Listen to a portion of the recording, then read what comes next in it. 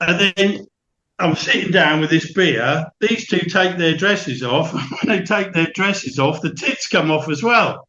They're lady boys. I'm like, no, no. Because the last thing I wanted was a proper spit roasting. He says, right, I have to inform you, you're going to have to insert a digit into your anus. At this point, I lost it. Reeled it in. I've looked, I thought, that's a big fish. It was a 40-pound mirror. So I've had 3 40s in 5 nights, and it was all about timing.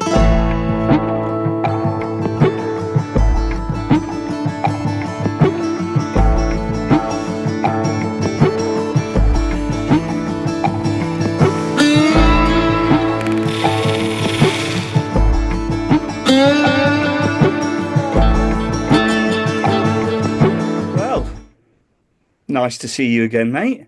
I'm trying to think of the last time that we saw each other. It's got to be down at the Trent, hasn't it? Colin and Weir with Adrian, Dean Macy, and the Twonk.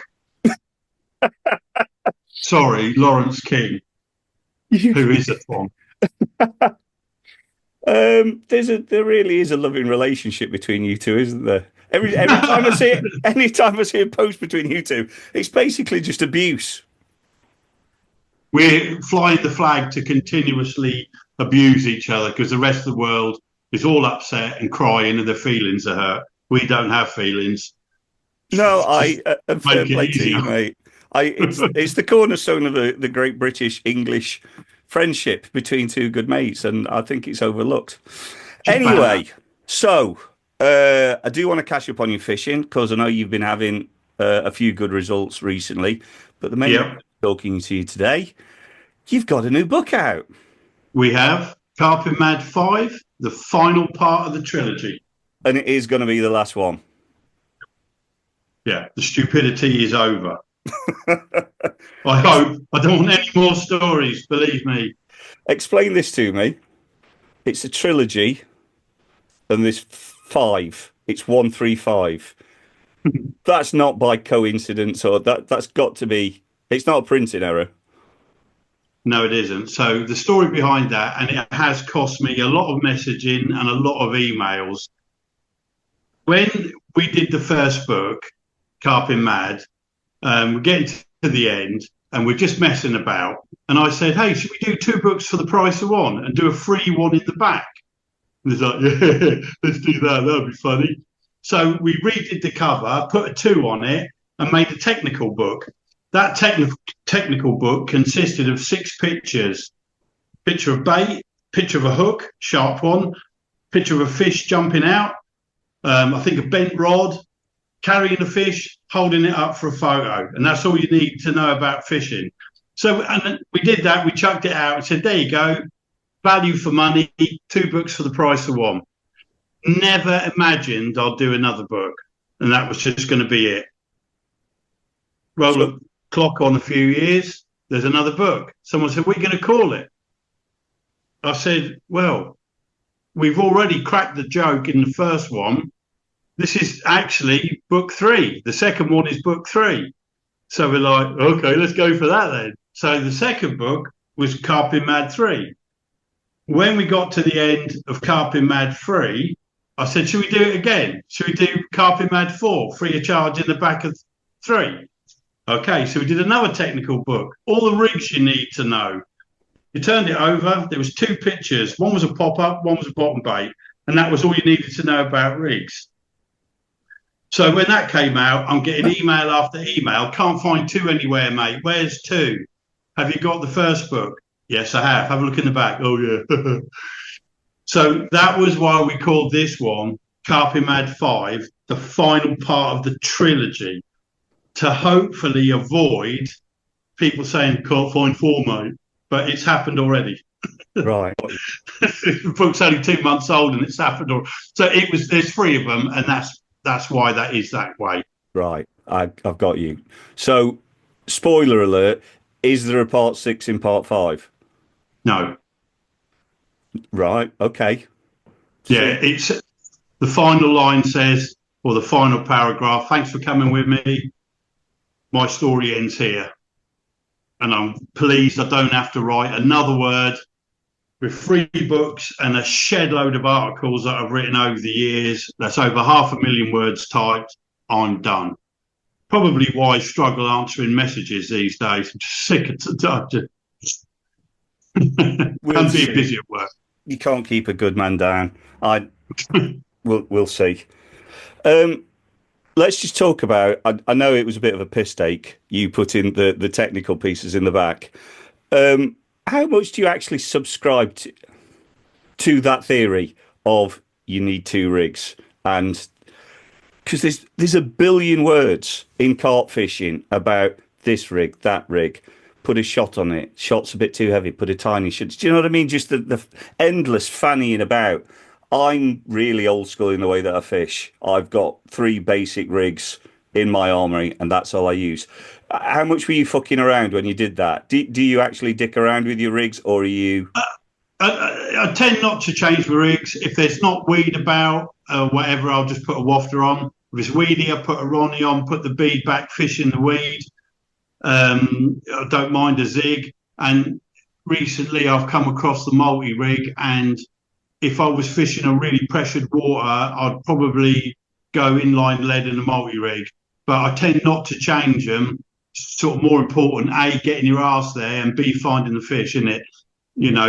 But just, a slow sinking wafter on normal, but maybe even a little bit of silt, stick it in there. If it's weedy, the no pub water that I'm fishing's got, quite a bit of silkweed, and you're casting out, you're not getting a drop on the lead. You're just fishing a Ronnie, you pop up on top of the weed, pull the bead up the leader, let it sink. So I tend not to change rigs. There's all these multi-fandango rigs, but it's a load of bollocks in my opinion. Yeah, but even saying that, everything you just said is technical. Do you know what I mean? You've got to have a deep understanding of rig mechanics and fishing and where to apply it. Yeah, I think so. To even get to that. I mean, most of my fish were just caught on a mono hook link and a knotless knot. Yeah. And then when I tied the knot, 15 pound, I'd pull it hard and it kinked the mono, set the hook off. And that's all I ever used, really, until I fished bunks and we were fishing in kelpweed, which is really savage, and it just ripped the mono to pieces on the take. I had to start using braid. Braids are a pain in the arse. And then I sort of went on to Ronnies and stuff like that. But I don't change my rigs much. I think you can get lost in a whole world of confusion. And the more different things you try, and it hasn't gone off, or that doesn't work, or this doesn't work. Just stick to what you know. And I've been guilty of that. I've spent so much time. You stop catching fish and like, well, it's a rig, and you start to dick around with everything, and you fall down a rabbit hole because you're still not catching. And actually, you go back to first principles, find the fish, feed them right, put a rig in front of them that works. You catch fish. It's not complicated. Yeah. So your books, I'm not going to say don't feature a lot of fishing, because they do. They're all centered around fishing. But the reason I think I've got through your books is because of it tells the story of your life outside. And I think that's kind of unique in that most fishing books is I went there, I caught this fish. And that's very interesting, but you can only hear about circuit waters so many times. Exactly. And the thing is, if you want to buy a book on all the big uns in England and whatever, you got Laney, you got Herney, you got Darryl Peck, you got all them sort of people, Mickey Gray. If you want to hear some funny stories and the stories of lives up and downs, good times, but there's a lot of fishing in them and a lot of fishing stories, of course. But there's also the other stuff that went on in my life and my friends' lives around it that, make people laugh. And we've tried to pick the funny ones and the crazy ones, because I just seem to be one of them people that stuff happens to me that doesn't happen to anybody else. And I can't tell you why. I wished it didn't happen, but it does. Classic example. I was fishing out of the Quay in 97. I was standing there with the owner, Tob, just having a roll up. I used to smoke then. And the wind was coming down to our right, and we're just standing there having a lovely time. We see this thing pulsing through the air. Looked like a sort of, I don't know what it was, like a flying black tarantula jellyfish. We're like, what the fuck's that? We're looking at it, and it got closer and closer. And it landed on my head with an audible thud. I've gone, knocked it off me and absolutely splattercated it on the floor. Tom's bent over crying with laughter. And I'm like, what the fuck was that? What was that? Well, he said, I don't know what it was. He said, you've just killed a one-off of an alien species. We don't know what it was. Still don't know what it is to this day. But it was seen to pulse through the air. If anyone is out there, and you speak to Tom about it, it just went and just covered half my head. We don't even know what it is now. And that's the story of my life. Things happen to me that don't seem to happen to anybody else. They're funny, they're sad, they're whatever. And we wanted the books to tell a story. We don't want, I'm not a Terry Hearn, a Dave Lane, or a Pecky. But the other side of the coin is they're not a spug. They couldn't write the books that I write. They've got more sense and they're better anglers. I'm an okay angler that just kept going, having a go at them. Didn't catch them through skill, caught them through bloody mindedness. And like, now I'm going. I've done over 1,000 nights fishing in my life, alongside working Monday to Friday, often long hours. And that's all my holiday, quitting a job now and again, borrowing some money, going for a fish for 6 months or whatever. It's just pure bloody mindedness and never giving up. Just keep trying. I think not skill. I'm not mobile. Let's deal with that first of all. You turn up to a lake, and are you thinking, I'll fish for what's in front of me, I'll get on the fish, I'll move on a new wind? Are you turning up and putting your bivvy up, sitting down with a bottle of wine and giving yourself an 80% chance? Because I know what kind of angler I am. And I've sat and watched fish before crash on the other side of the lake, but I'm 3 cans in, and it's a nice summer's evening. I'm at work the next day, and I'm like, a better angler would move. A better angler now would pack all the stuff up and they'd go over there. But yeah, I've never. I mean, if I'm on a week's holiday, I might move. But if I'm there for 48 hours, I won't go for less because I can't be asked. I don't go that much. So when I got the Wendy house up and the iPod on and Netflix ready to go, it's all about wine and the barbecue. Not getting drunk. Don't do that so much these days, although I did in the past.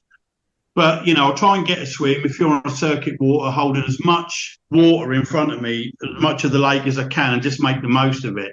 If I catch, I catch. If I don't, I don't. Sometimes it will. I know if I was more mobile, I catch more fish. You've only got to watch Dave Lane's Patreon page to see how much he moves about. And I fished with Dave on Conningbrook years ago. And, we used to order the Indian. It'd be here at 7 o'clock. Where's Laney? Well, I saw him in Ghosties. Well, I saw him in Long Lawn. Well, I saw him in Joe's. And in the end, we used to say, food will be here at 7. If you're not here at 7, you ain't got no food, mate. Because we didn't know where he was. But I didn't, there was one week I did a couple of nights here, a couple of nights there, and I did find the fish. But invariably, I go fishing for a hobby. It's not a job. I want to relax, chill out, fart, sleep, and just generally have a nice time. So, yeah, I'm not that mad for catching them. It's about just getting away from work and all the stresses of life, isn't it? So, yeah. No, find a swim, hold as much water as you can, make the most of it. And if you get lucky, you get lucky. And I think it's important to have that level of perspective on it as well. A lot of people will probably tell themselves, it's not that they're better anglers, but they'll go and they'll say, well, I've tried my best and I've done this and I've done that. And actually they ought to have a bit of self-realization that they could have perhaps done a bit better. Do you know what I mean? They're not. People like Dave Lane are very special because they are hyper-focused and they'll wear shoes out because they're walking around that much. And I see a lot of anglers who go and they bivvy up and they sit there a weekend and don't catch. But they'll try and tell you they're the best angler in the world, and you're like, you just be honest about it. There's nothing wrong. I am a lazy angler. I'll put myself in the best possible situation, and I'll do the best I possibly can. But I'm under no illusions that I'm, hyperactive and running around the lake, and I'm there at catch at all costs. I'm there because I've got a few hours in between working, and I want to try and catch a fish. If I catch one, great. But I'm not going to kill myself if I don't catch one. Let's have a talk about the book. I don't want to get into too much detail because there's people obviously paying for the book, and you want to leave some surprises in there. But I've heard rumours about you travelling the length of Thailand to shag a midget, and Can you talk about that? Am I allowed to talk about that? Okay, so this story is in the book, is in the new book, and I'll talk. Reason I won't give too much of the other stories away because there's some other crazy ones in there. But this story was out on social media at the time, so it's already out there. But I've detailed it in the book, and it all started as a joke, and it sort of went a bit wrong. So we're out in Thailand working at Gillam's, and a couple of lads turned up. Wayne Shepherd and Robert Bell, two match fishermen from Peterborough. We're all standing there. Now, obviously, in Thailand, you can get up to no good any day of the week at any time. And I went out there single, and I fully intended and did get amongst as much as I could. So these lads were out. We're all standing in the swim talking. And one of them said, is there anything on your bucket list that you haven't done? You know, you're out here, you can do whatever you want, 2 at a time, 3 at a time, whatever. Is there anything you haven't done? And I just stood there and I went, a midget. And everybody laughed. Everybody laughed. And I said, it's got to be fun, isn't it? You know what I mean? Standing up. So we did, it was a joke. And I never really cared if I did it or not, or whatever. So we just laughed. Anyway, they finished off their holiday and they booked to go up to Chiang Mai in the north of the country, where the Golden Triangle is, the White Temple, the zoo, the long necks, all that stuff. So they've left us and they're coming back a couple of weeks later because they're in Thailand for a month. So they've gone off to Chiang Mai, and, you know, in this day and age, you all add each other on Facebook, don't you? So we get a message. You're not going to believe this. We've just been on the piss in Chiang Mai and we found a bar called Small World where there's a male midget and a female midget working in the bar. So we had the best night ever with them. It's proper funny. The midgets were on the bar dancing, and we gave the little male midget 500 baht, which I think is a tenner, to get a picture of midget tossing and that. And these photos were coming through. We were laughing. This is just gold. So I said to them, did either of you, you know, shag the midget, the female one? Obviously the female one. And they went, well, no, but she's available. So I'm like, okay. I said, well, do you know what? Do us a favour. See if you can get a picture of her holding up a bit of paper saying, Spug, please come and fuck me. Or something similar to that. Something, you know, just funny. They said, leave it with us. A couple of days later, these photos start coming through, this little female midget saying, Spug, will you be my Willy Wonka? I'll be your Oompa Loompa. And can you come and fuck me? I want to see the python. We were laughing so much. Now, she obviously didn't realise what she was holding up because she's Thai. No way she'd have known. But it was funny. And, you know, we were just laughing about it. Anyway, this was in the January. And they came back a couple of weeks later. And I said, we've got to do that for a laugh, like. But we were busy at the fishery. Obviously, during the winters, it's busiest time. When it came to August, 7 months later, I said to Lawrence, should we go to Chiang Mai, see if we can shag that midget? He went, yeah, that's a good idea. I said, it is, isn't it? I said, it's got to be funny, isn't it? And he says, yeah, fuck it. He was single at the time, obviously. He said, yeah, let's. I said, well, I'm going in first because it's my idea. He said, I don't fucking care. So anyway, we booked the flights and we got up to Chiang Mai, which is right up, like I said, 800 miles. Yeah. Just laughing all the way. Can't believe we're doing this. This is just stupid. We went out into Chiang Mai. We found this bar, Small World, and the little male midget was there with his Metallica T-shirt on, little heavy metal midget. We were laughing. So, well, we'll come back. We'll have a few beers. We'll come back tonight. So we came back later that night, and he was there, but the woman wasn't. So what's happened? She's got a boyfriend. She's living in Bangkok now. So, oh, no. And I don't know, for people, you know, many blokes will say, we don't know anything about it. But a lot of people know if you negotiate with a girl in Thailand to go and skip off with her, it's, do you want short time? Do you want long time? Short time is a trip to a hotel. You pay for 35 seconds in some people's cases. Sorry, you pay for a couple of hours, do what you got to do, come back. A long time is an all-night job, and they can cook you breakfast before they go off in the morning. I'd got in my head that I wanted to walk up to a Thai female midget and ask her how much for short time. Now, would that not be the funniest sentence ever said on planet Earth? And that's all I wanted to do. I didn't care if it didn't happen. I just wanted to say how much for short time to a midget. But she's gone. She's got a boyfriend. Our whole plan has fallen on its knees. So we're in the bar. We're playing pool. I managed to get a little video air guitar in with the heavy metal midget to Dire Straits, I think. That's on my YouTube channel. And anyway, so next thing I know, Lawrence is with some bird or whatever. And there wasn't many about. It's like, oh, it's going to be a blank night for me. And I see a girl looking at me opposite. I thought, oh, I don't know, I might have a chance here. So I sort of ambled over as coolly as it's possible for someone like me to amble over, which probably meant a trip somewhere. Got talking. There's 2 or 3 of them. I was there about half an hour, and Lawrence came up, the twonk, with his phone. He went, oh, I've got to get a picture of this. Smiles, we're giving it all that for the picture. Anyway, bearing in mind I'd had a bit of a failure, I thought, well, do you know what, I might treat myself to a couple tonight. So I said, you tonight? Yeah. So the next thing I know, I'm holding a crate of beer on a 125cc motorbike with a bird on the front driving it, me in the middle of the crate of beer, and a bird behind me. How we ever fitted on there, I'll never know, but we did. We're going down the back streets of Chiang Mai. I haven't got a clue where I am, and I'm proper pissed by this point. Got into some seedy flat, and I'm thinking, well, I don't even know if I'll get it up, if I'm honest.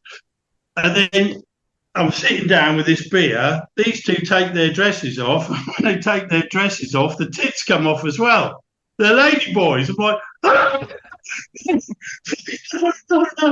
Because the last thing I wanted was a proper spit roasting. So I'm like, no, I'm sorry, I didn't know. Now I realised why Lawrence wanted to take a picture, which is, this picture's in the book, so's the picture of the female midget and all that. I'm like, no. So I had to pay them as if I'd been with them to get me back to the hotel safely. Because I always take a card of the hotel in my pocket, because I've been drunk in many countries, get me there. And so one of them took me back. I paid them, which was a gutter. Went back to my room all bashful and upset. And I got up the next morning. Lawrence he's just on cloud nine. How'd you get on? I said, mate, they're lady boys. They said, well, you didn't know that. I said, I mean, you look at the picture, it's blatantly obvious. But I was pissed. I've got no defence, just alcohol. So anyway, finish the story off, I said, I don't really fancy going out tonight now that the whole of the town knows I'd skipped off with 2 lady boys. It's only a small town. And he said, well, I got that bird's phone number from last night. I'll see if she's got a mate. I said, right. And so he messaged her, yeah, I'll bring her. So we're sitting there at the end of the day, we went to the zoo and the tigers and all that shit. And I'm sitting there thinking, what is going to come in through this door? I mean, northern Thailand is known for inbreeding, cross-eyed, extra thumbs, wonky teeth. I'm thinking it's going to come in looking like Schmeagol, off Lord of the Rings. And there's a little on the door. So here we go. Honestly, on my mum's life, the most beautiful bird you've ever seen come in. She was a stripper. And I'm like, cha-ching, that'll do. And when we'd finished doing what we had to do, I said, you stay here tonight if you want. She said, no, I've got to get back to my boyfriend. Took her cash and went. Thailand in a story, I guess. Yeah, Jesus. Would you go back, do you think? Difficult one, that. Although I've lost a couple of stone in the last couple of years, being crammed in cattle class for 13 hours, and to do what? You're just going to go there, get drunk, and might end up pregnant, mightn't I? The way things have gone on the last trip. But he was great. I think he's done. I don't know. I never know what I'm doing other than work. I fell for the place hard. I mean, I always went as a family man. I never got up to any shenanigans. I went just for fishing. And when I used to go, I'd do 2 weeks at Gillam's and hardly set foot outside. But yeah, when I first started going, it was like in the real early days before it really got publicised. And before it really got fish hard. And I think you can always look back with rose tinted glasses, but I did have some really special nights, early on where I had the lake to myself. There was Yeah, nobody else on it, and it was quiet. And me and Gollock, yeah, the guide, there was just me and him sat on the whole lake, and you never really knew what was going to come out. And yeah, no, there wasn't really any patterns established, and you were using all your different skills, and there was clearly some enormous fish coming out. But those first two or three times that I went, and it wasn't busy, it was fucking amazing. I really yeah, well, yeah, I ended up going 7 times over the years, yeah. from my kids being super small to them, getting like quite big. And now Ethan's coming out with me to Spain, so my kids have grown up around fishing. But Gillen's was a very, very special place for all those years. Oh, yeah, yeah, it is. But of course, now you got 16 to 18 anglers around there all day, every day. And just like every other lake on planet Earth, the fish are pressured. So they're not as easy to catch. I mean, you only had to look at some of the catches after COVID. People were absolutely caning the place, Yeah, but now it's slowed down. And the way it seemed to work was anglers would catch and catch consistently, holidaymakers not so well, which is, it was a strange dynamic because you've got these people who paid a lot of money to fish. They say, oh, just have one day there and we'll catch all these fish. Well, it's not like that. You've got to angle for them, but there's always a few people on the lake catching loads, and invariably they know what they're doing, and it's no surprise. Then you get some people who may want you to, not me, I wasn't a guide, cast in for them or whatever. It's like I said, any lake that's pressured is harder to catch them, but there's still a lot of fish caught out there.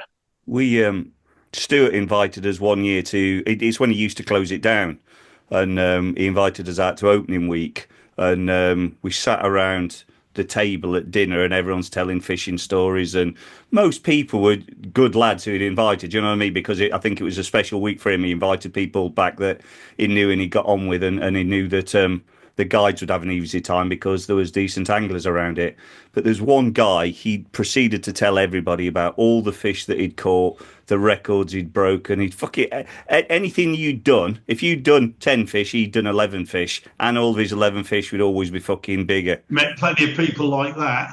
And the lake opened up, and he spent 3 days blanking, and every peg was wrong. All the guys were wrong. There was every Yeah, fucking reason under the sun why he wasn't catching. And he sat in he got the peg that used to be called Cobley's because I'd spent so much time sat in it. And he was telling me how bad this swim was, that there was no fish in it. I'm like, well, all right, well, I'll jump in there tomorrow. You move one down. And it's when my dad came with me. And we went into our nang the next day and got absolutely fucking trolleyed. We went in just for like a sandwich, you know what I mean? Have a quick sandwich, have a beer, get out, go for a walk around. And we ended up having about 9 or 10 pints. And we got back, and I could barely stand up. But I knew exactly what was in the swim, where the fish sat.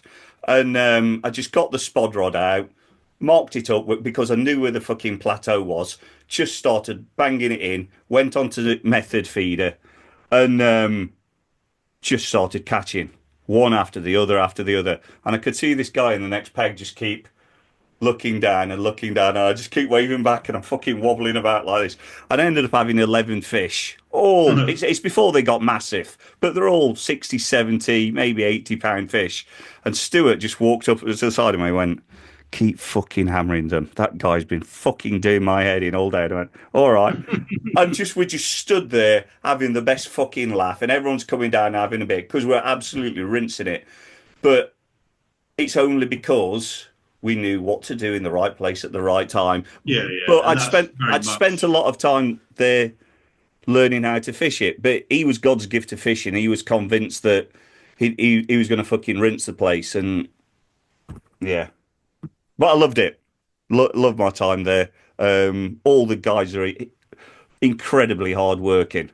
40-degree heat, and they're up early. They finish last. And they're always, they're running between people's pegs day in and day out, and I couldn't do screw it. that for a living. No. Um, I commend. Were you there when Scott was there? No. He was one of the early guides, and when he first turned up, I think he'd be. If you're watching, sorry about this, mate. I don't mean to insult you. He turned up a little bit of a chunky monkey. By the time he'd done 3 months, he was absolutely ripped. Do you know what I mean? Because you don't feel like eating a lot. It's red hot every day, and you're running from one thing to another. And invariably, you saw all the guides turn up, and they'd get so lean within a short amount of time. And to be fair, some of the guys I think I've seen more than others, including Mr. Pash. I think I've seen his arse more times on social media than I've probably seen my own fucking arse in a mirror.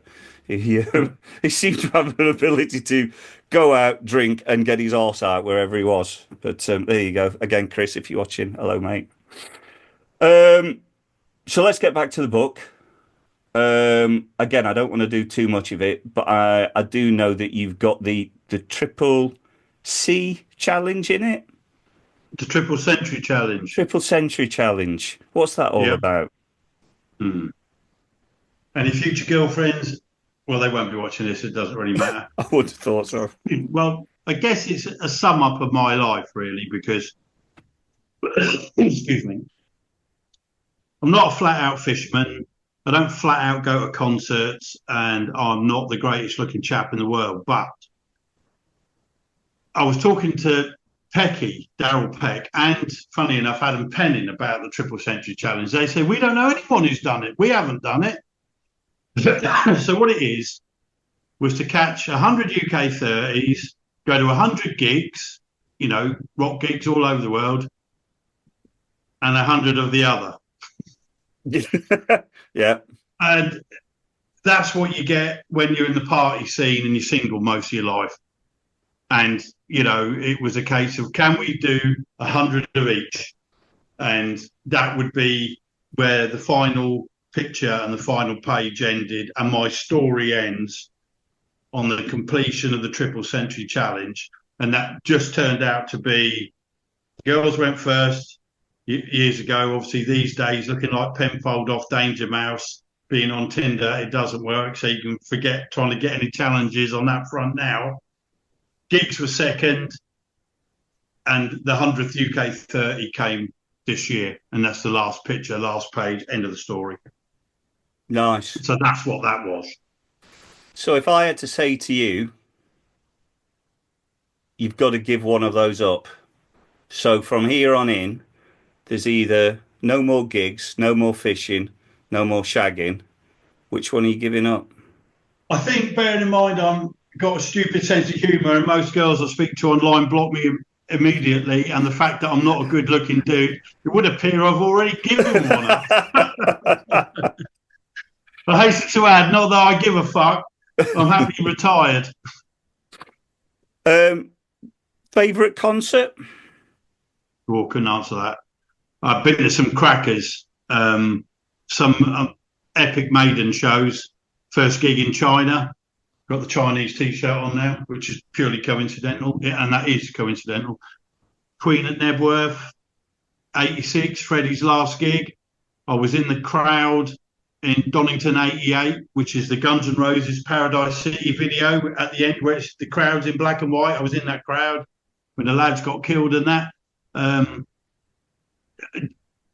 Just loads. I can't tell you. AC/DC's, Metallica's, just a lot of Maiden gigs. Vegas, China, Tokyo, all over. I could not answer that question. Wow. It has to be said, said. What's your favourite film? I was just going to say, when I saw you that day down at the Trent and Adrian was with you, I'm not a rock fan. I just thought he was one of your fishing mates, and I stood on the peg talking to him. I was like, he's a nice bloke. And then I came back talking to you, and he was like, yeah, it's Adrian from Iron Maiden. I'm like, fucking hell. Just completely unassuming, just no aura of, do you know I am? Just stood talking to him about barbel fishing. Lovely chap. Yeah.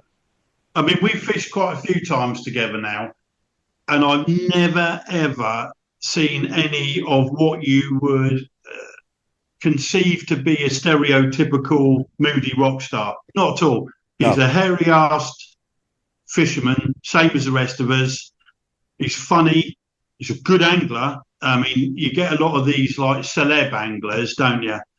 But he has got a very impressive list of personal bests, all caught by design. Not like us carpers who might reel in a £10 tench, go, look what I caught. Yeah. He caught a £10 tench, fishing for tench.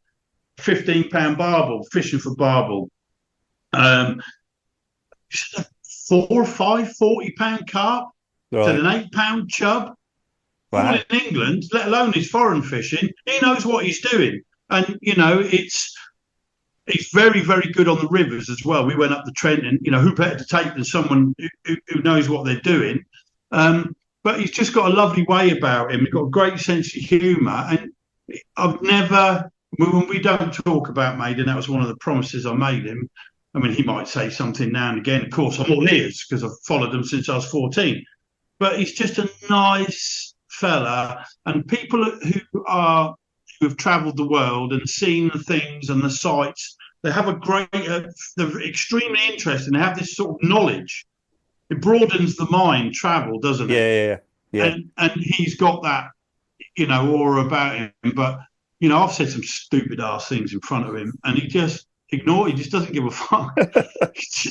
You know, even on that trip when you came down was the barbecue incident where I think after you'd been down for the day, that evening, we've got the barbecue on. I'm sort of having my vodka and now I'm on the wine. I bought them all glow in the dark mugs with skulls on and shit. They're all drinking out of it. It's Dean, Lawrence, Adrian. And, you know, we've had half the meat. Some of it's still cooking. And my rod. So I'm like, oh, I've got to run. And so everyone gets out of the way. I go diving out my bivvy and I've got a Fox Easy Dough. And it's got that flap at the bottom, isn't it, where the mozzie mesh goes in at the front. My foot catches it, and I just went bang, and I face planted on the barbecue, sent the meat flying, all the hot charcoals and that, ended up smouldering. I mean, Macy and the Twonk absolutely lost it. I mean, they're gone. Adrian's going, mate, Smug, you all right? You all right? And I'm like, oh. I got 2 rods, a £6. Great picture of Dean, me and Adrian. I'm holding it up. Luckily, Lawrence's steak went in the dirt and he never got to eat it. And it was, you know, Lawrence still reckons it was the greatest day of his life, seeing me in that state smouldering, literally. And the cup that I bought for Adrian was a glow-in-the-dark skull mug thing, wine glass, and a lump of charcoal went through the stem, so I had to buy another one at Tesco. Have you been up to? So, yeah, he is. Lovely fella. We've had some good fish as well. I've seen him catch £30, you know, brace of £35 plus mirrors in a night down Foxmere and that. Yeah, it's good. He's a nice fella. Yeah. Same as I say, utterly unassuming. And if I'd have met him outside of me being with you and you saying, "Oh, that's Adrian," you'd never know. No, anybody would just meet him and go, "What a nice chap." But it's nice when he's no hero of mine, but it's nice to meet heroes or famous people and they're just normal people. You do meet some people that are really full of themselves. No, I mean, I was nervous before we met because, you know, we all know I can be a plank at times. And I thought he's just going to fuck me off and think I can't deal with you. And I wouldn't say I changed my behaviour around him at all. I was just being me. And we just went and we had a laugh, you know. And so did he know who you were through being a fisherman? Was he aware of you as a fishing celebrity? Well, I'm not a fishing celebrity. Do you know, that's why I went like that, because it's a bit of a wanky phrase, but do you know what I mean? You are a very well-known angler. I was, you know, before the internet came along, I guess. I'm not so bothered about it these days. So he used to get Carp World every month. He was a monthly subscriber. So there was often, I mean, I did Mainline's What's Occurring and Ask the Experts for 8 years. So I was in there every month for 8 years. And then there'd be little clippets, like there was a fish I had out of Frimley and I took a picture of me bollock was hanging out. That got in the back. Little bits about me and Black Lizard. So I had been, I mean, I've got a folder like that of all the magazines I've been in. I've written in all of them, I think, all of them. Right. Pretty much been on the front of most of them back in the day when I was really good looking. I mean, I had to get fat and ugly, give the local girls a rest. Believe that or not. So then when I did my first book, I sent 5 copies to the fan club because there's bits about Iron Maiden in there. Yeah. I sent it to the fan club and said, can you try and get these to the band members, please?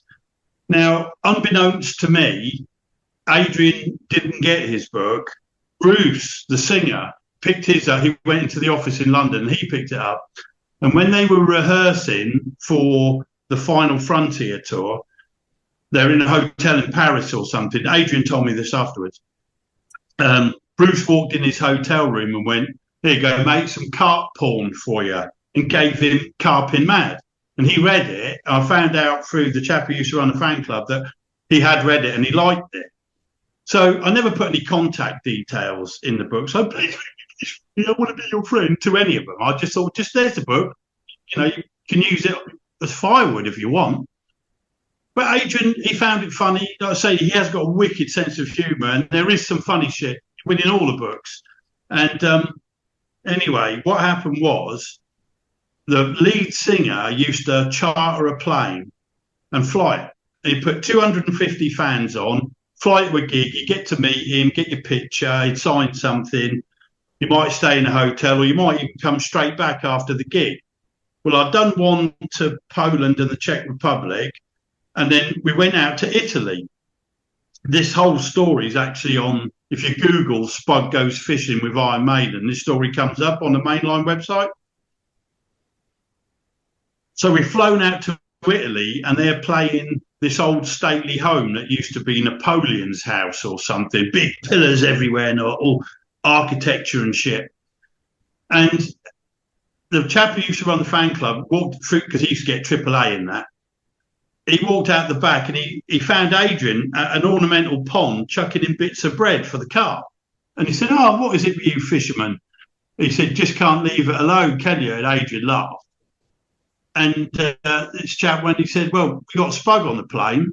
And Adrian said, "Have you?" So I'd actually like to meet him. I've read his book. It's funny. So they said, "Well, we'll go and see if we can find him." Well, they couldn't find me. In the crowd, I was probably sitting down eating about 15 beef burgers, looking at all these Italian bums in nice leather trousers, female, I hasten to add, just after that last story. And there were beautiful girls everywhere. I was eating burgers going, I'm having a lovely time. So we got on the coach to come home the next day because we stayed in a hotel the night. And Laz come out and Bruce had flown us out there. We got pictures and all that. And the chap said, "Oh, you've missed out there. We come looking for you. Adrian wanted to meet you. Just say hello, thanks for the book." I said, "Oh, well, what do I do now then?" He said, "Tell you what, email me all your contact details. I'll pass them on to him. Either he'll get hold of you or he won't." Then a couple of weeks later, I was driving along the lorry, had a missed call on a private number. I thought, "Oh, it's the bank." I mean, they were after me at the time. I was, hadn't been the best customer in the world, should we put it that way. I thought, I'll swerve that. And then I'm driving along. I thought, could have been Adrian. No, it wouldn't have been. Anyway, the next day it rang again. I thought, right, I'll risk it. So I answered it and it was Adrian. And then we ended up going fishing. We've been a few times. That's some, great fishing trips. Up tent fishing at Barbara, barbel fishing on the Trent, carp fishing, zander fishing on Berry Hill. And they've all been good trips. Nice. So that was how it all came about. Nice. No, good story, mate. So the book, I know do you self-publish the second and the third one, or is it just the third one? I did, yeah. Very difficult thing to do. So I had to self-publish, well, both really. The way it worked out was you got the first one done with a publisher, and it went really well, sold out. And I believe it's now sometimes goes for £100. It's become quite collectible. Bit of a cult classic. We only printed 1,000 copies because I said, well, there's no point me printing 10,000 as I'm not a herd, lane or pet. I'm not going to sell them, especially now I'm sort of off the radar a bit. Let's just do 1,000, see what happens. And then within 3-4 years, they're all gone and then they're going up in value all the time. So I thought when it came to do a second one, a mate of mine said, well, I can design and lay it out for you. Right. And you do it while you're in Thailand at Gillam's. Oh, all right. And I just didn't think about it. So I did it. He designed and laid it out. When I came back, it was pretty much ready. I phoned up the publisher. I said, right, we've got another book ready. They said, we don't want it. I said, what do you mean you don't want it? They said, well, you've took away half our work. You've done the design and layout. That's half of the work. So we get like £2 a book handle. It's actually £3.50 a book handle in charge to send it out. It's not worth doing. So I'm like, oh, right, okay. So now a mate of mine's laid it out. I've written it. Nobody wants it. Nobody wants it. No publisher wants it because it's half the work and half their money's done. What are you going to do? And then a friend of mine, Rob Harrington, who was a customer at Gillam's, he was out at Gillam's at the time when this all happened. He said, well, how much do you need? So I found out it was 10 grand to print 1,000 books. Without the 5 grand, which was my fault, design and layout, I quoted too much for that. Blah, blah, blah. He said, well, I'll tell you what, I'll lend it to you. I said, well, I don't want to be in debt. I'm in enough debt as it is. And he went, I don't care. He said, look, mate, I've earned my money. I've worked hard. If I lose it, I lose it. He said, I'll put it in your bank tomorrow. And he did. A bloke I'd known a week, give me 10 grand. Because he loved the first book. He said, you've got to get your second book out. You've got to do it. And I will help you. I'm like, well, thank you very much. So then I've got to make a website. So I come back, we're printing it. 1,000 copies. And it all went wrong, if I'm honest, because in between the first and the second, magazine sales and books sales have gone like that. They just dropped. It's all YouTube, Instagram, Facebook, Snapchat, whatever it is. YouTube and all that took over. The magazines were shutting down. Now, without question, my time was in print. Like I said, I was in all the magazines. But I'm too ugly for you people to be filming and putting on YouTube. And, hey, this is Mainline Bait Spug. I go on, all right. I'm off the radar. I've had 2 years in Thailand as well, where I'm off the carp radar, especially. And as soon as I left for Thailand, I stopped doing all the mainline stuff in the magazines. So I really was, what today's world's really fickle. Today's front page, tomorrow's chip wrapper, aren't you? Yeah. And I was definitely chip wrapper paper and some. And then not only that, so we've got it done. I've then had to build a website to order it from, and then obviously eBay and whatever. But I had no contacts. Whereas the publisher who sold the first one got all the contacts of everybody who bought the first one, bar the shows. So I had to go it alone. And it nearly crushed me because it was like, you're forever posting on Facebook, like I am with this one. You feel bad. People are you're regurgitating the same shit every week. But if you don't get it out there, I mean, the chap who ran the first company said to me, the worst thing you can ever do is write the best book ever and nobody knows about it, so they don't buy it. You've got to promote and whatever. And it was real hard work, and it crushed me. It's why I'm not doing the shows with this one. If I sold 150 books, I wouldn't cover my costs for the show. And I'm never going to sell 150 books at a show. I've just got to keep dribbling it out there because, I learned with the last one, it's hard. It's harder to sell a book now than it ever was. Not if you're Lane, Hearn or Peck, but when you're a Spug, it is. And it's a specialist book. Yeah. It's a book where you've got to want to laugh. A lot of these people are also serious in carp fishing. And when you're telling a tale about going to shag a midget, I guess not everybody wants to hear that, do they? That's just fine. I'd rather do a little quirky cult classic than I would do a mainstream commercial. I never sold my arse to the commercial wheel in fishing. I've always been a bit of a loose cannon. I've done my own thing.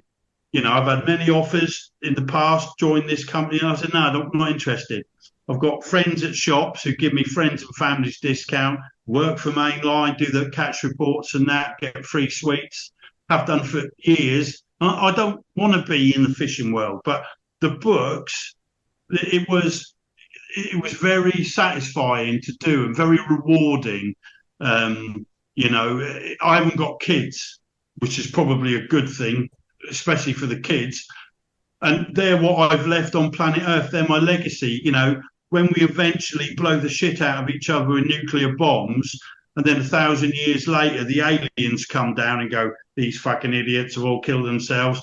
One will say, oh, what's that? And they'll find a copy of Carping MAD. It'll still be here, you know. And, you know, all these Instagram anglers, you know, that we got these days, their memories will be gone. But my book will still be there, you know, and that's the legacy. And it was so important for me to leave something behind, because all of us, me and you, people watching this, all 7 of them, thanks for that, we could all be dust in 8 weeks, especially at our age. Cancer, car crashes, shit like that. We could all be gone, and it's there forever. And it, you know, it matters. And you know, someone got hold of me recently, said, "I've just read your book, mate," because it tells the sad stuff as well. Yeah. It's not just efficient, happy stuff, sad stuff, crazy stuff, financial stuff, health issues. It's a book. It's a story. It's not just, well, I went there and I caught this and I caught that. Yeah. Oh, man, that's a no. Different fish. I can't get through those books. I've picked them up before and I've got halfway through and you end up going skip. It's great and good for them and God bless them. There are some fucking phenomenal anglers out there, but it just leaves me a little bit cold. I'd still rather be me. Yeah, and I'd still rather be me. You know, I've not fucking, you know, I mean, how many fish you got to catch to be an angler? If you can catch 330s, you can catch 10. If you can catch 10, you can catch 40s. Just how much time have you got? We all go to work. Yeah, indeed. And that comes through in your books as well. The fact that you are just a normal working bloke who's trying to keep a roof above your head as well as going out and catching fish. And it's interesting what you're saying about you don't know how much time you've got left. And it's one of the reasons I wanted to do this. I started it back in COVID, ran it for, you know, a few months. The world opened up and, you know, I carried on with other things. But I've always kept all the facilities open because I thought at some stage I might want to dive back into it. And it's only when you've got people close to you who are popping the clogs. And I've lost 2 friends in the last 3 weeks. Yeah. And it's fucking brief. You nearly died in a car crash years ago, didn't you? Well, I wouldn't say I nearly died, but I did end up getting cut out by the fire brigade. And this story was in the second book. And I guess it's worth telling because most of my silly prick mates reckon it's hilarious and one of the greatest things that ever happened to me. I don't. So, got my notes here so I don't forget anything. That's another thing you do when you're old. So, when I smoked, I was working down in Essex at Co-op, delivering lorries to ungrateful shops all through London and Kent. And I had an abscess one day. So I went down to the dentist and he said, do you want to take it out? I thought, well, I've got a mouth like a burnt out fuse box anyway. You might as well rip another one out. I ain't going to look like Donny Osmond ever. So he took it out and I was lodging with my mate, Mark Dayton, Milo, down in Rayleigh in Essex at the time. So I was laying in bed the next day feeling a bit sorry for myself with a bit of a swollen face. And there's a little knock on the door. And it's his daughter, Alicia. She's 15. You know, I mean, all girls are crazy anyway, aren't they? But 15-year-old girls are particularly crazy. Possibly the craziest thing on planet Earth. Batshit crazy. Spark, can you take me to go see my boyfriend, please? Yeah, okay, I'll take you.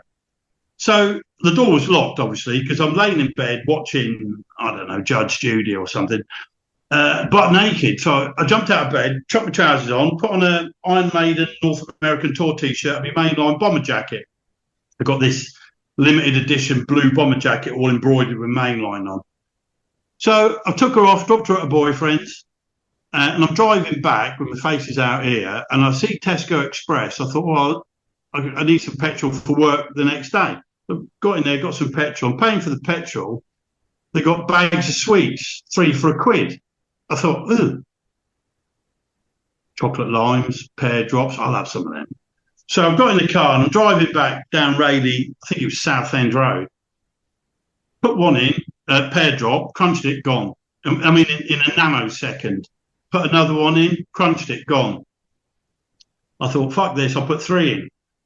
So I put 3 in. When I crunched it, I fired 2 straight down my throat, and they stuck at the back of my throat. So I started choking.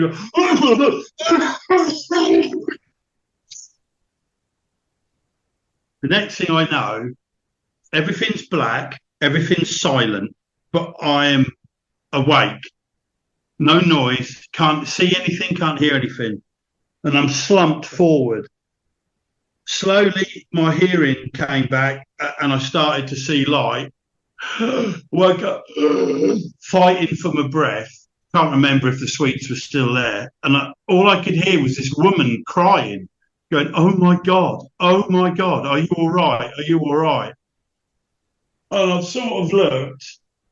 She's sitting in the passenger seat crying her eyes out. Turned out she was behind me when the crash happened, and she'd come and got in my car, but I'd been knocked out for that long. She'd managed to come in and see if I was all right. The car had veered off the road into a concrete lamppost. I'd absolutely gone to the middle of the car. My face had bent the windscreen, and had all black eye and all blood down here. And the top of my head had broke the windscreen. I got an old Toyota. I don't know if the seatbelt worked. I don't know what happened. So the car's all smashed at the front. I could open the door, no problem, but it was all front end damage, and I'd done my face in, which didn't do any harm. So the paramedic turns up, and I hear him on the radio. Oh, I got 1 walking wounded. He'll be all right. She was in a bad state. She actually took off for shock as well. Then another paramedic comes along and says, nah, he's got extensive head injuries. We're cutting him out. He could have spinal this, spinal that. And I'm like, oh, mate. And I don't know why. I just never opened the door to get out. I just sat there, monged. Some people say he's a mong all the time, but that's another argument. I just sat there, just didn't know what was going on. So next thing I know, 3 police cars, 2 fire engines, 2 ambulances. 1 took her off. They've cut the roof of my car off, and they put me on this stretcher thing, put these 2 square blocks around my head and tape, and they wheeled me in the ambulance. And the bloke says, obviously the copper comes in. Well, I'm going to breathalyse you. Cheers, mate. As if I'd been drinking. Obviously, that was clear. And so I've got this mainline jacket on. He said, well, I'm going to have to cut that off and test your blood pressure. I said, you are not cutting that jacket off. There's 10 of them in the world. That is sacred to me. Okay, so he pushes it up my arm and he gets this, okay, right, you're off to A&E. So I'm off to A&E, and they wheel me into one of the cubicles in the A&E department, and I'm lying there. I'm still numb. I'm stunned. I don't know what's going on. And they went straight up my trousers, straight up my North American Iron Maiden T-shirt, and straight through my mainline bomber jacket, either side, pulled it off. This is where the story gets worse. Because now You've not got to the worst bit yet. Now I'm butt naked, right? Because I didn't have any boxer shorts on. I just chucked on my trousers. A few months before, I was speaking to Darryl Peck on the phone. Speak to him once every couple of years. We send each other a book when we bring a book out. Whatever. Come across him a few times over the years. Nice fella. And we were talking about session fishing in England in the summer. And, sweaty bollocks, heat rash, keeping yourself clean on the bank, etc. Well, Darryl had said, well, don't you veet your bollocks? Get rid of all your puke. Veet. The hair removal cream. Oh, Mrs. probably uses Veet. Yeah. Right. He says, well, what you got to do, mate, is veet your ball. Don't shave them. You should cut yourself. Veet all the hair off. He's fucking winding you up, surely. Shower it off, and then in the summer, when you're doing a session, just clean up with baby wipes every day, put a bit of talc on. So it works a treat. So I'm going to try that this year. So about a month before the car crash, I'd got this V. I'd done all my armpits. I'd done all my balls and my arse and everything. And I was completely hairless, right? Completely, like a baby. So here I am, lying in A&E with my head in a block, butt naked, nothing on top of me, no hair, nothing, and this little bent cock underneath my fat belly sitting there. I mean, if I could have got a lob on at any time in my life, I wished it had been then.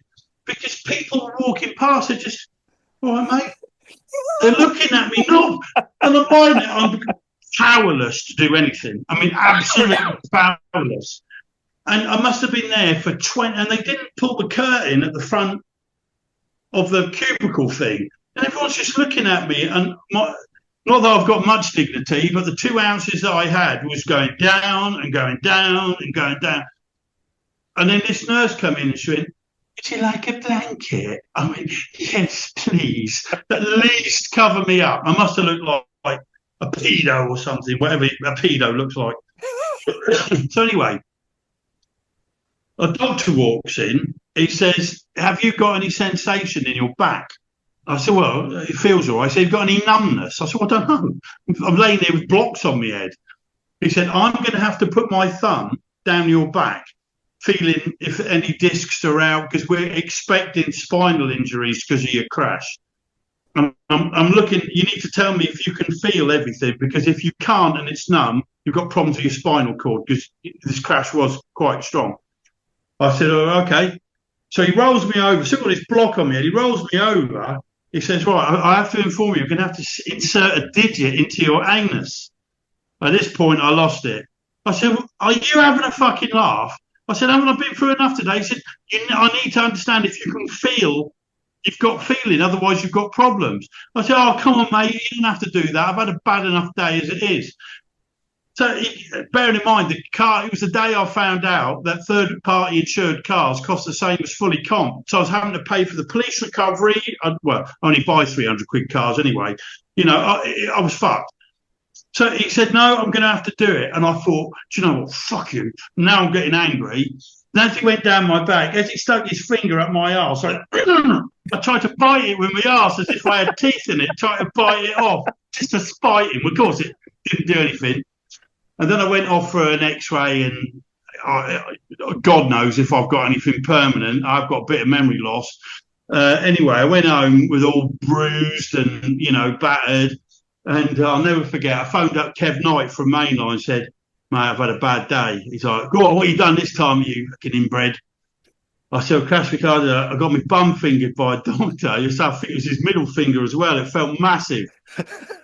That prick didn't ring up anyone and go, poor old Spug, he's been in a car crash, we might have to lend him some money, he's not got a car and all that. He phoned that he was thoroughly delighted that I got my arse fingered, and that's all he cared about. It was a bad day for British angling, I'll tell you. Jesus all because of pear drops. That one was in the second book. Jesus Christ, mate, you're lucky. I was, and I never did find out who that woman was. Might have got a sympathy shag, mightn't I?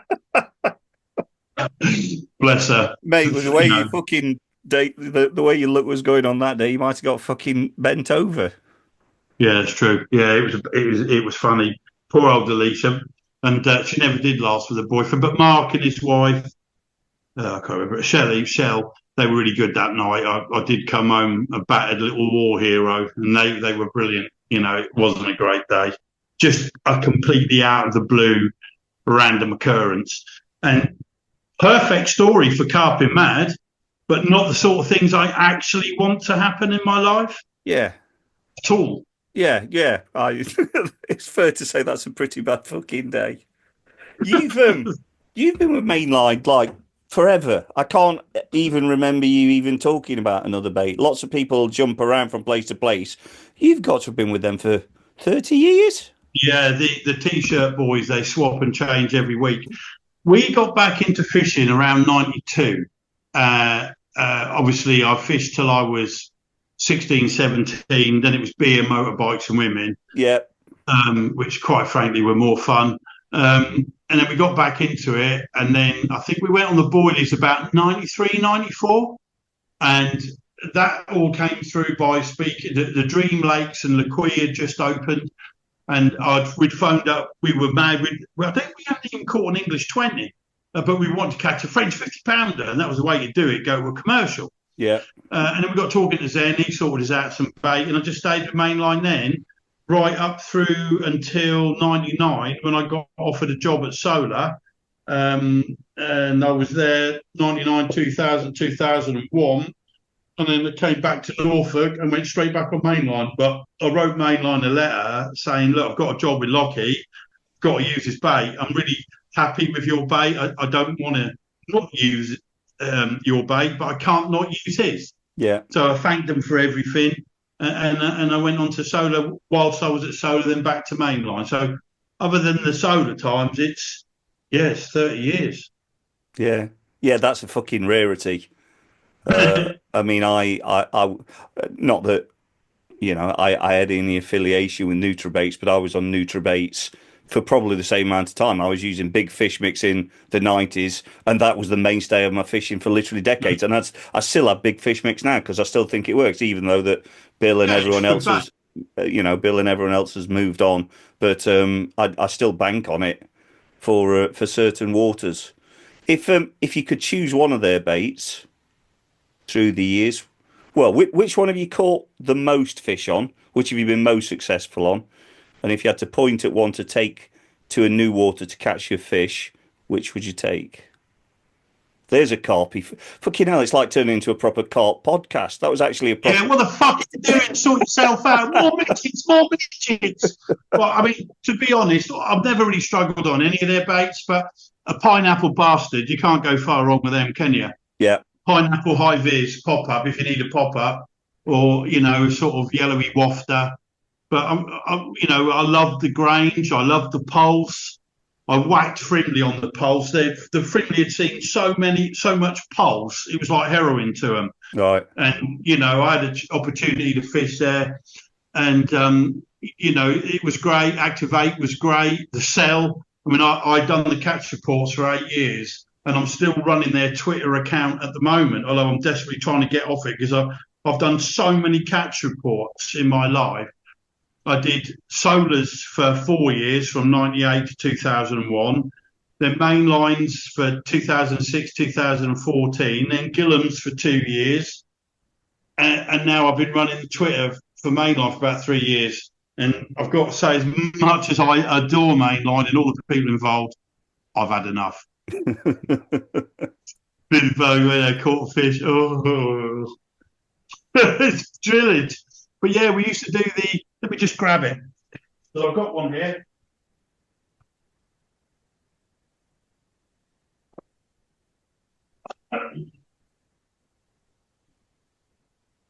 I don't know if people remember this, but this was back in the late 90s. Remember Spug Sharper Carpers? Can you see that? Yeah. With the big lips and the eyes. That was the Solar bait writer. And I did that. I've saved them all in my folder. Oh, that was the final one. That was before I retired. There's a shine on it in there, which is annoying. Spugs the Sharper Carper. Nice. That was when I had two-tone. That was the final one I'd done. But yeah, so bait write-ups. Oh, mate, give us a break.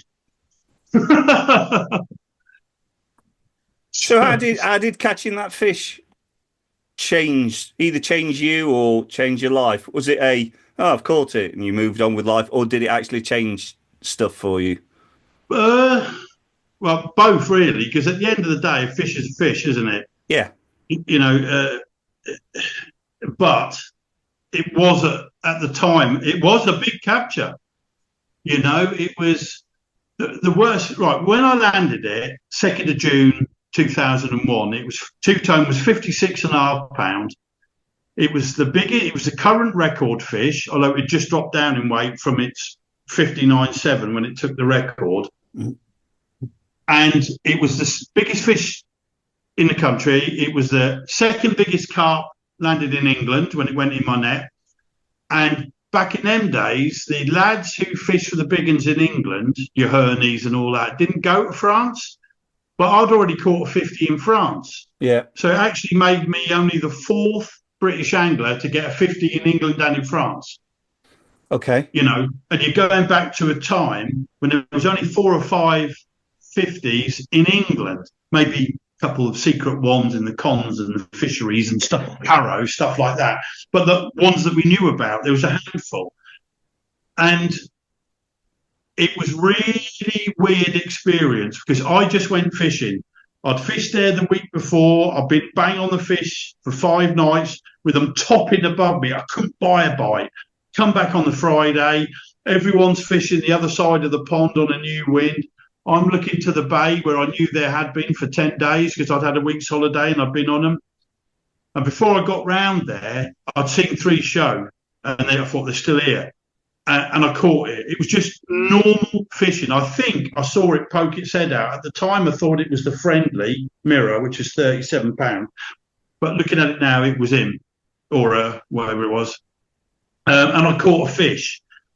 But the truth of it was, I mean, I wrote myself in the history books, whether you think I'm a prick or not, and you're entitled to think that, some of my behaviour, you can call me, you can use whatever adjective you like. I don't care. I went there, caught fish. It happened to be two-tone, and it happened to be the second biggest carp ever in a time that was such a golden era of fishing on that lake.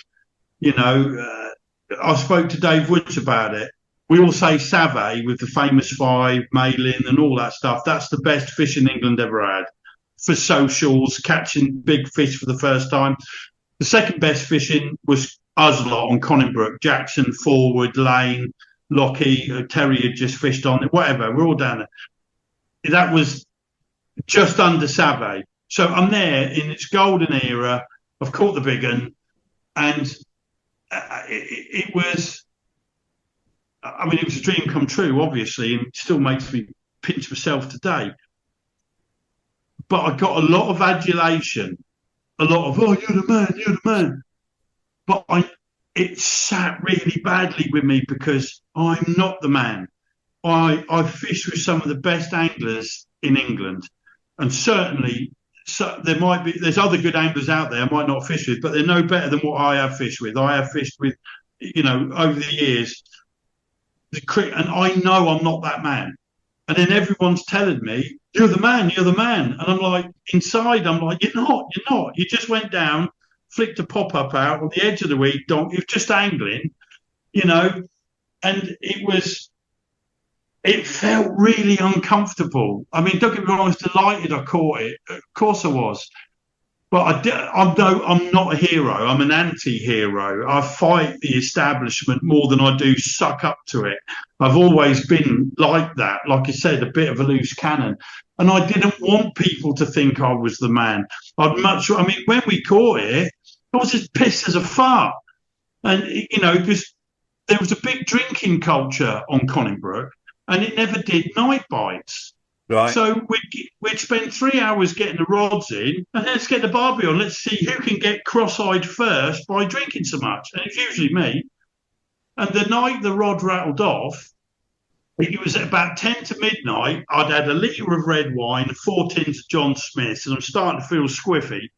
And I said to Smudge, bless him, he's passed away now, cancer, and Lee Watson, I said, oh, I don't know about you boys, but I've had enough. And they went, yeah, mate, you're right. I said, I'll call it a day in a few minutes. 5 minutes later, and I said, oh, fuck, it's the last thing I want. So I grabbed me rod, something on the end going mental, and I'm like, oh, and I'm playing it. And Lee Watson puts the waders on, he wades out into the lake with the net in front of him. And I see this fish go in front of him, and I'm like, go on, son, get scooping. And they're all laughing. And then it's come from left to right in front of him again, just out of his range. I can see it. We had if you look at the old pictures, picture of Lee Watson with a big petzl, the round of the square battery pack on the back. He's got that on. He's gone past him. I'm like, oh, son, get scooping. He's like, he'd seen it. He knew what it was, but he knew, don't tell him. Because everybody thought it's going to be England's first 60 the next time it got caught after taking the record at 59.7. So he doesn't know that I haven't got England's first 60 on. So anyway, he then comes back, he goes in the net, and I'm like, hey! I think I've been on like 35 blank nights at that point, which is part of the course on Conningbrooke. He looks in the net, sees it, yeah, he's got it. Went, oh, you got a mirror, son? I went, friendly mirror, £38, that'll do me. A new personal best.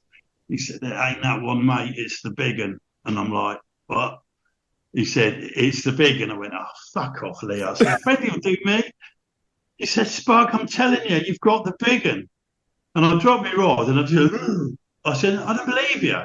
And he's in the lake. It's 12:30 at night.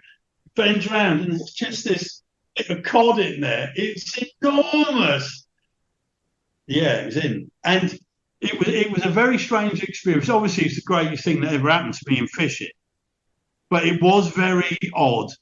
Like I said, getting all this, oh, you're the man, because I'm not the man, but I did catch that fish on my own terms, on a rig I made, on a pop-up I'd nicked out of Lee Jackson's rucksack. I was going out with his sister at the time.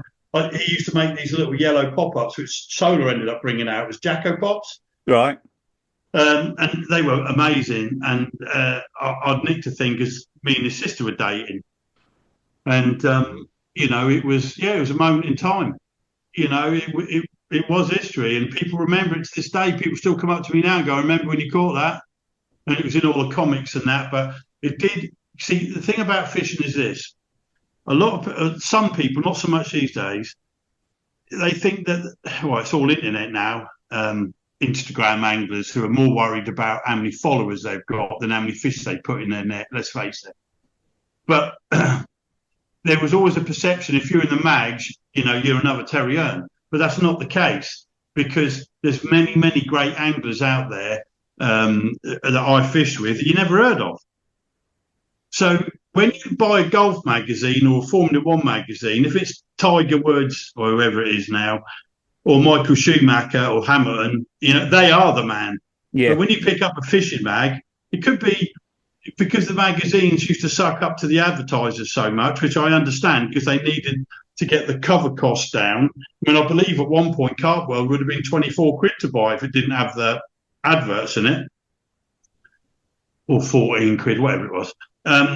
They might ring up Aqua or Solar, say, look, we need someone from your camp to do some editorial stuff for us. You're paying for advertising.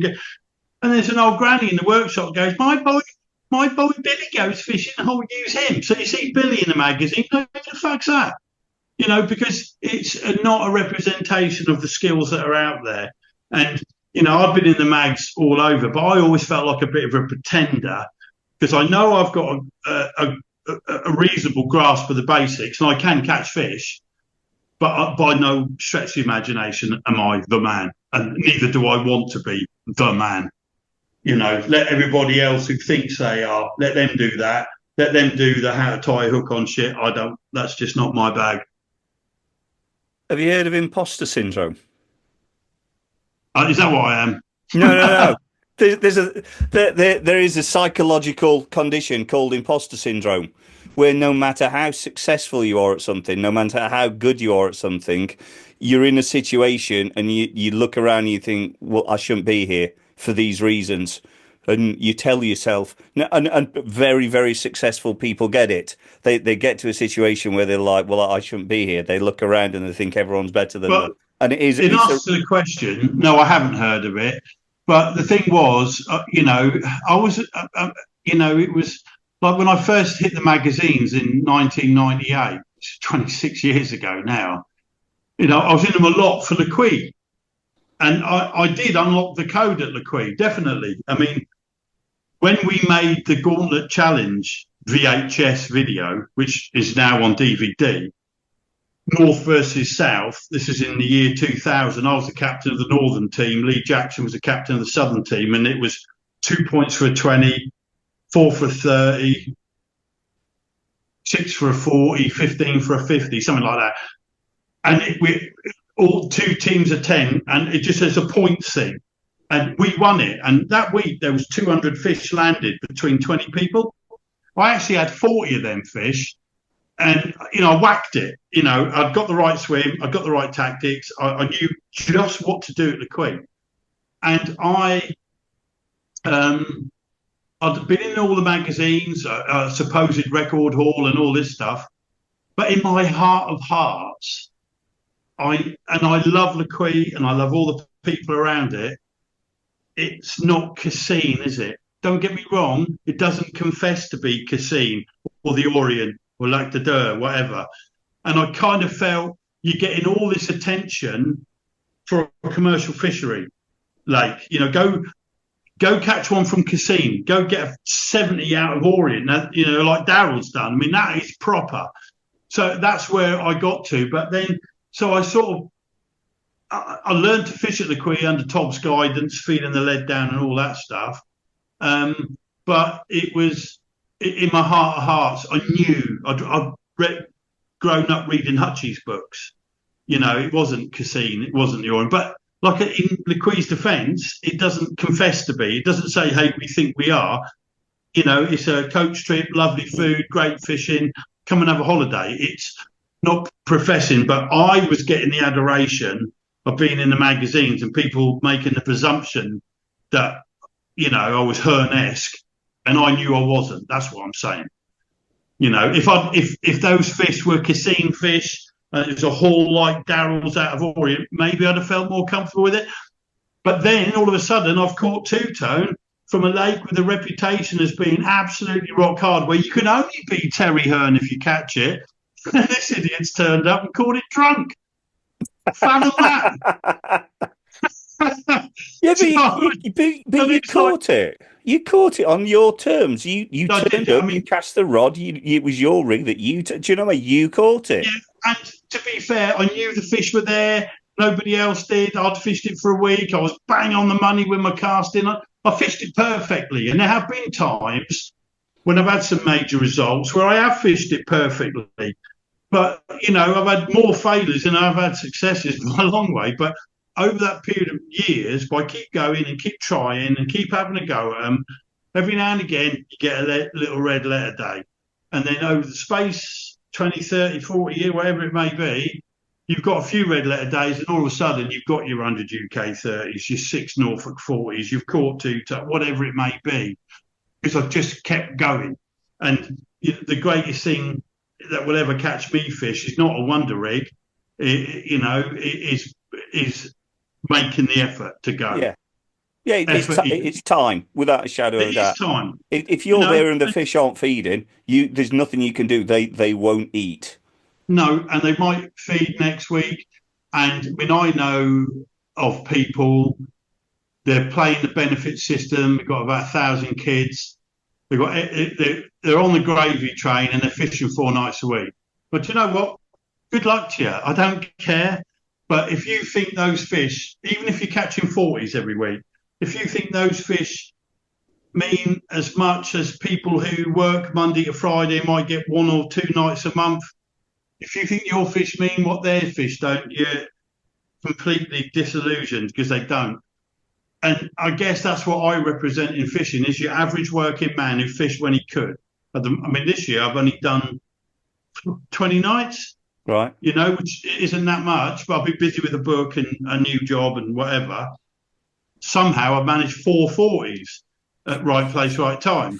But it's people being on the dole, living at home with mummy and all this stuff to catch fish. It ain't a bit of me.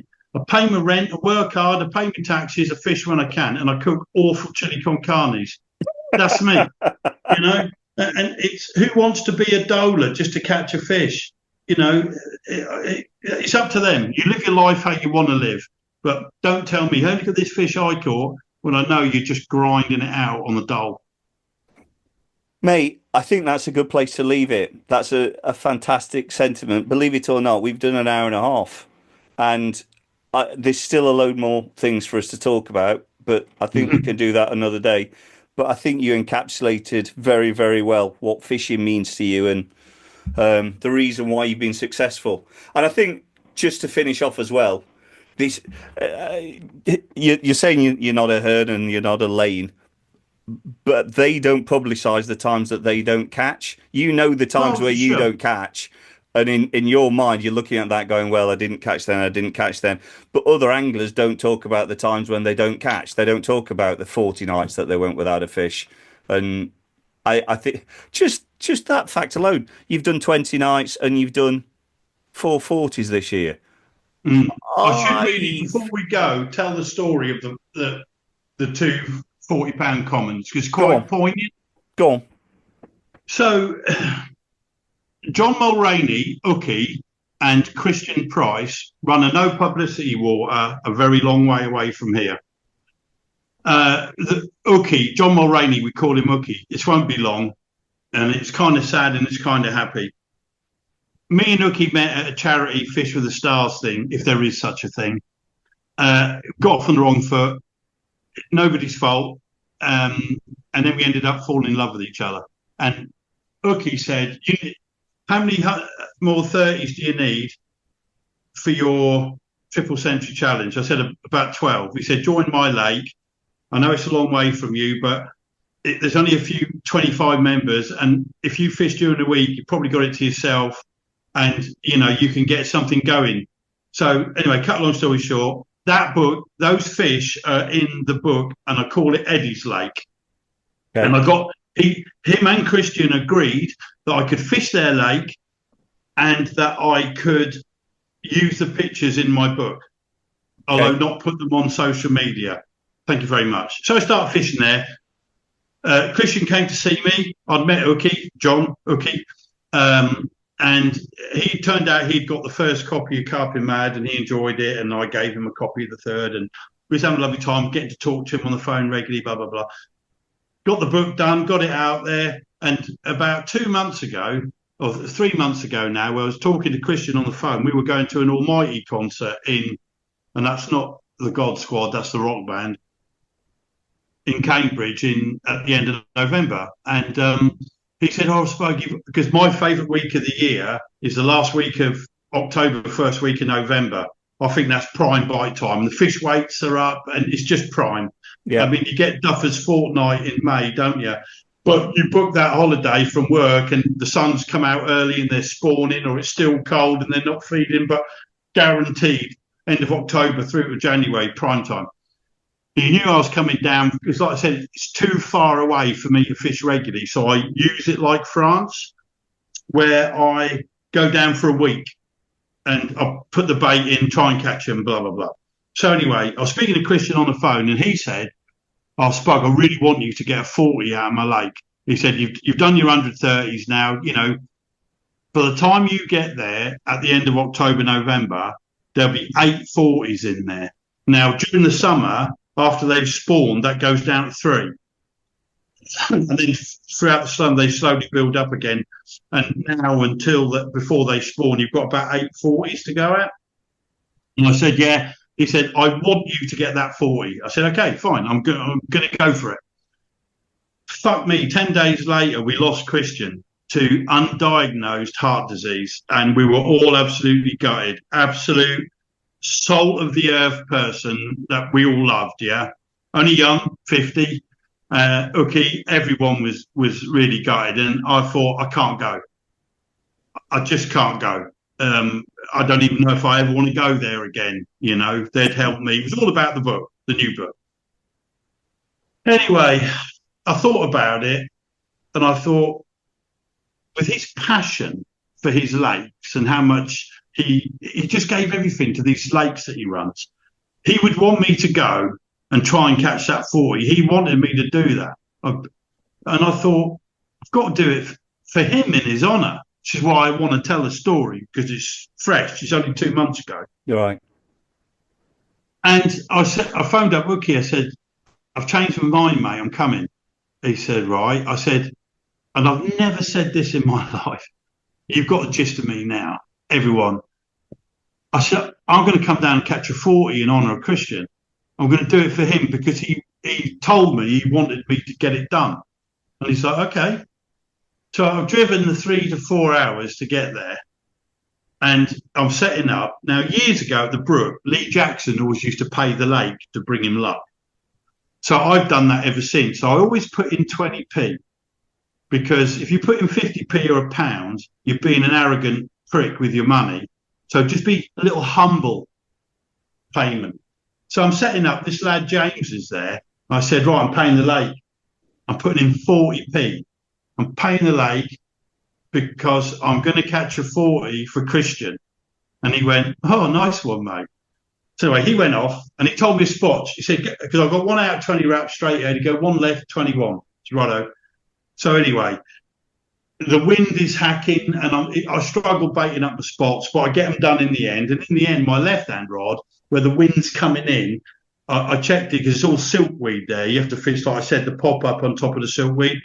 It was clear about 3 rod lengths out. So I polted out about 150 boardies, chucked a pineapple bastard on a Ronnie on top of that.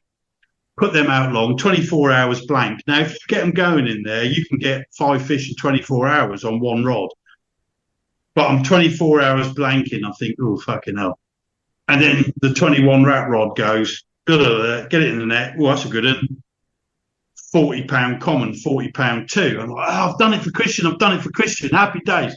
So I phoned Dookie. I've got one, mate. I've got one. I've done it in his honour and this stuff. So I've done my self takes, whatever, put it back. 2 hours later, that left-hand rod that I couldn't be asked to fish long, where I polted the boardies, that's gone off. And I've looked in the net, and it's a fish that's in the book at 35 pound. I know it's 40 pound because someone had caught it before. Big round thing, which we now call Christian's Common, is in the net. It's another 40 pound common. Fuck off, no way. Pulled it out. Weighed it, 40 pound, 10 ounces. So I've rung Hookie, mate, I've got another 4 years. I've braced 40 pound commons on this trip. The only trip in my life I've gone, I'm going to catch a 40. And then the left-hand rod went again with a 24, 2 or 3 days. This is all over 5 days. I got a 26. And then on the last day, that long rod's gone again. Kick, kick, kick, kick. Reeled it in. I've looked. I thought that's a big fish. It was a 40 pound mirror. So I've had 3 40s in 5 nights, and it was all about timing because all of them fish are 30 pound in the summer, and they'd all just gone over 40. And obviously, I dedicate that to Christian and the memory of Christian, and his memory will live on forever because he's got mates and friends down there who all going to miss him, and it was a loss. But just the whole thing where, you know, like I said, he was going to go at some point with his heart disease. It was undiagnosed. But to then go back and say, I'm going to do it for him, that was a wacky, you know, it was an amazing and sad story at the same time. So, you know, it was done in his honour. And I'm still, it's only 8 weeks ago. I'm still numb now trying to put it all together. You know, so that was for you, Christian. If you're looking down, I mentioned your name on a podcast. That's an amazing 50 quid off next year's subscription, please. Nice. So yeah, that's it. So just before we finally go, if people do want the book, and you know, you might think he's a prick, I never buy a book, do it. Even if I sell them all, I won't make any money. It's cost me 14 grand to do it, because that's how expensive it is to make 600 copies. I drive about in a 500 quid car where the windows don't work. So that shows you how stupid I am. But if I sell them all, I break even. But they're on eBay, or you can get them through my website, www.mikespugredfern.com. And we're also doing a deal on the last remaining second book, Carping MAD 3, where you can get them both for 40 quid. There's 30 of them left now. So after all the pain and misery, we're just about there. So, wow. And that's important. I would say well. for great Christmas people, but quite frankly, I don't give a fuck whether you do, whether you don't. Just stay healthy and happy. That's what you need to worry about, not mince pies. Yeah, indeed. I think that's important to mention, because a lot of people look at self-publicised books and they're not cheap, but by the same means, it's a huge cost and a huge risk for everybody who does it. And knowing you as I know you, I know you're not doing it for the money. No, I'm not doing it for the money. I'm doing it for my legacy and the small amount of people who do enjoy the books and having a laugh.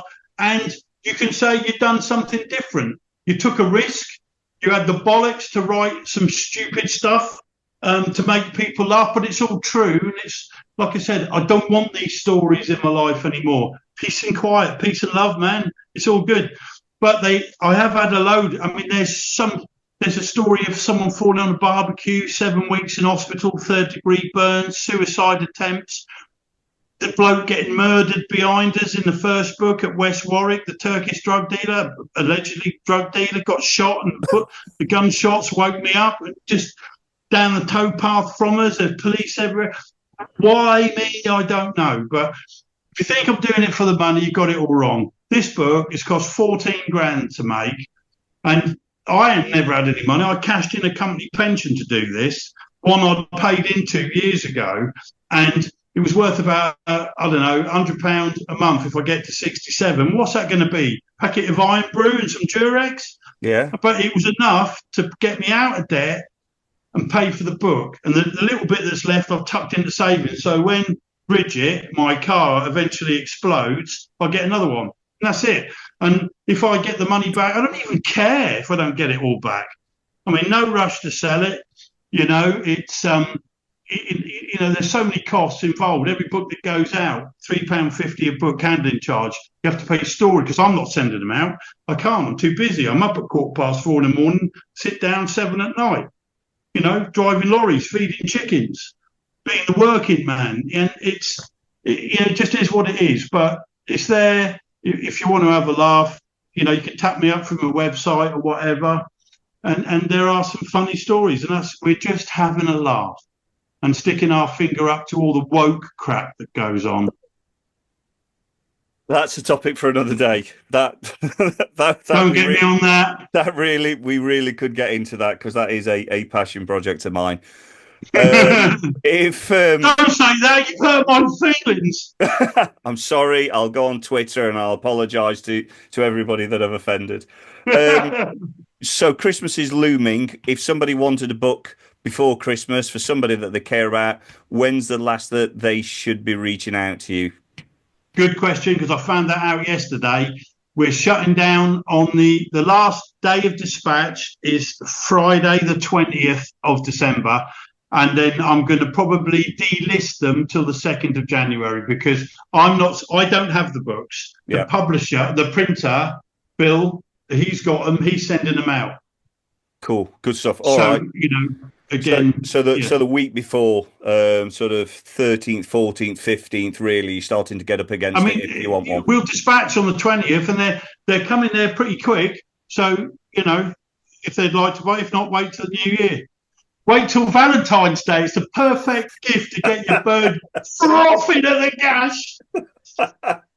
Jesus, can you imagine buying it for your missus? You'll love this. You'll love this. Look at this fat twat. Right, on that bombshell, mate, thanks for your time. I've really enjoyed that. I'll see you soon, mate. Cheers, mate. Cheers, mate. Bye. Right, let me stop the recording.